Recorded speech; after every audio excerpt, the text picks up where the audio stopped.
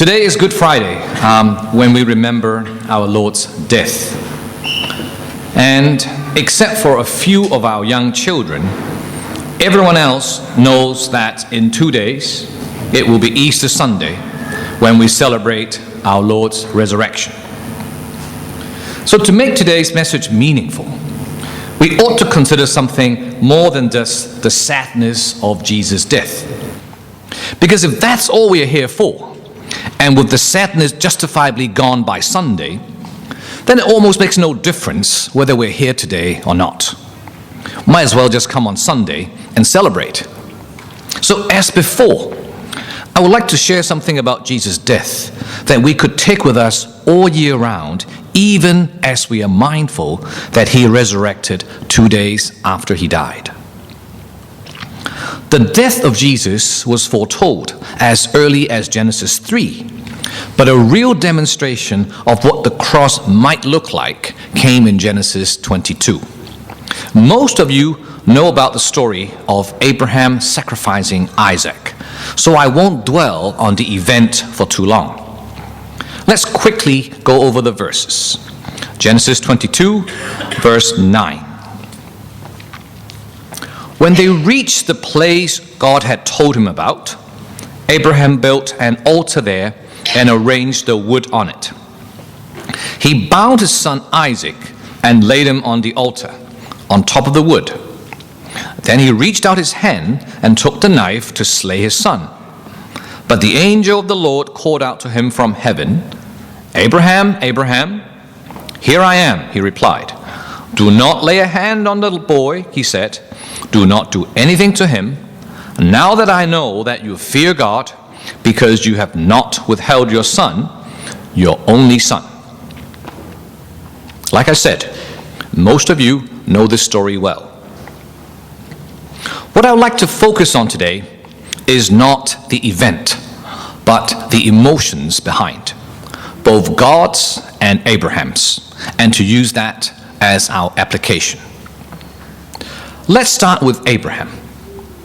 To understand what was on Abraham's mind at the time, we have to turn to Hebrews 11, 17 to 19, which reads, "By faith, Abraham, when God tested him, offered Isaac as a sacrifice.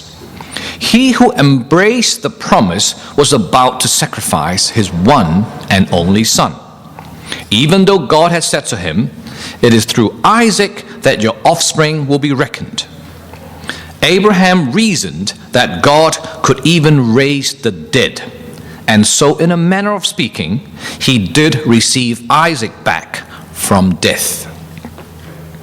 So seemingly, Abraham went about sacrificing Isaac, convinced that God would then raise him from the dead.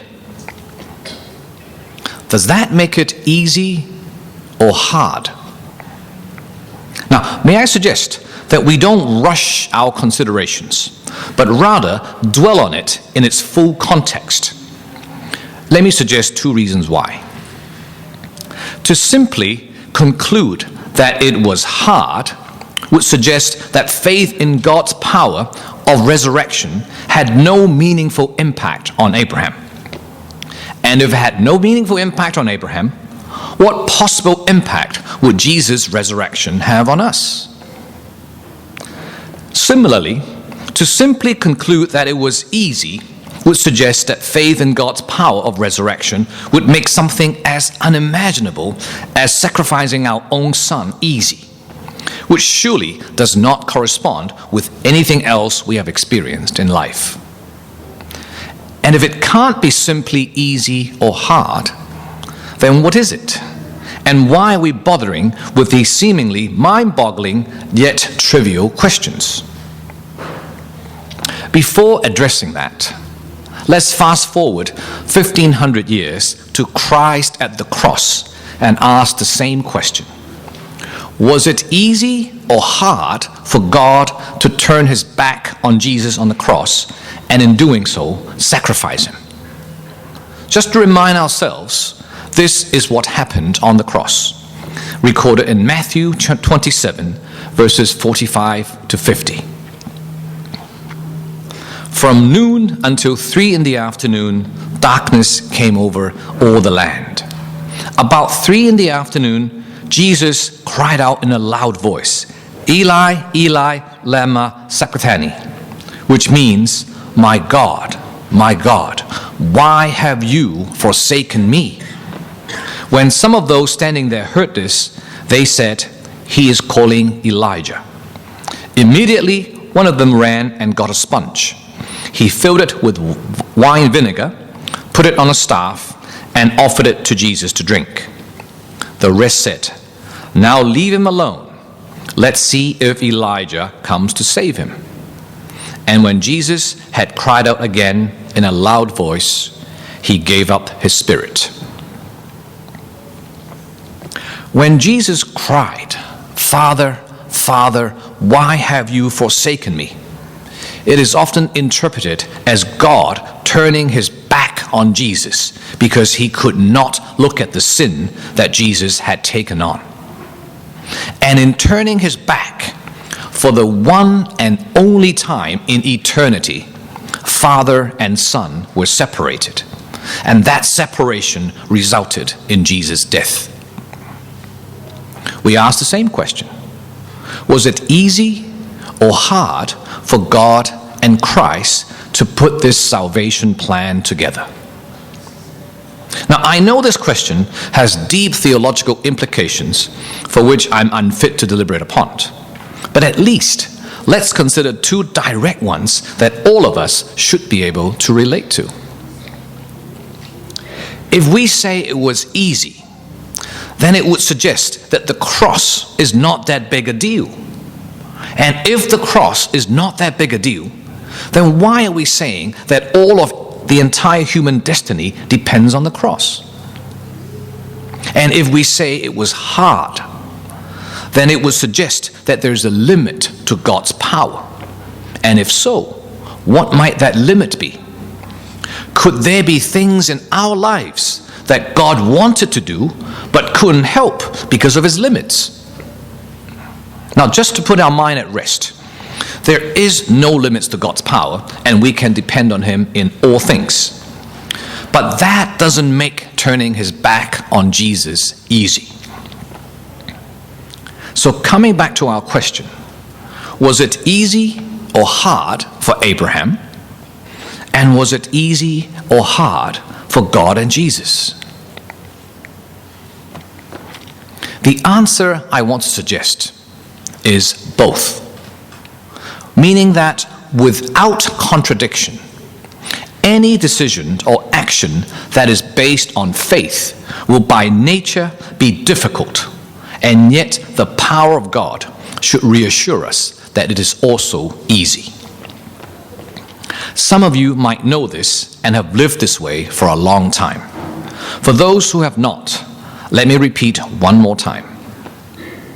Without contradiction, any decision or action that is based on faith will be by nature difficult, and yet the power of God should reassure us that it is also easy.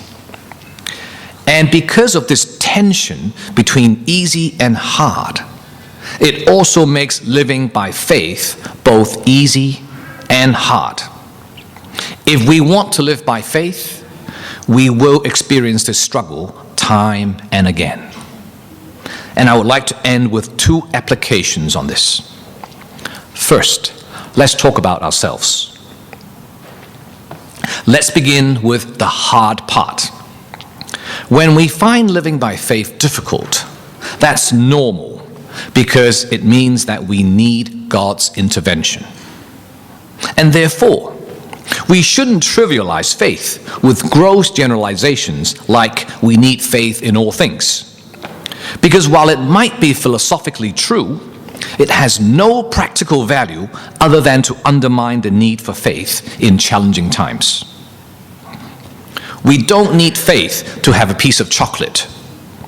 We need faith to relocate our family to a mission field, like we heard from our friend Joseph Lee recently. I know that most decisions in life are neither as easy as having a piece of chocolate, nor as hard as relocating our family.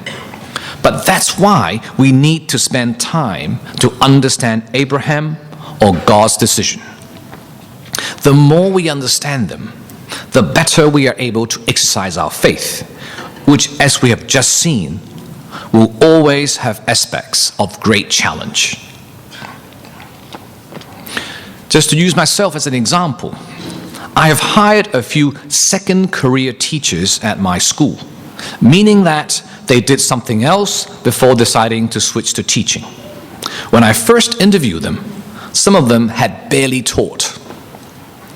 And as a second career teacher myself, I realized the importance of that first chance, that opportunity to be trusted so I could get a start, and I genuinely embrace hiring less experienced staff. And yet, as the principal, I also have the responsibility to ensure the quality of teaching and to safeguard the well-being of the young children who are exposed to our teachers.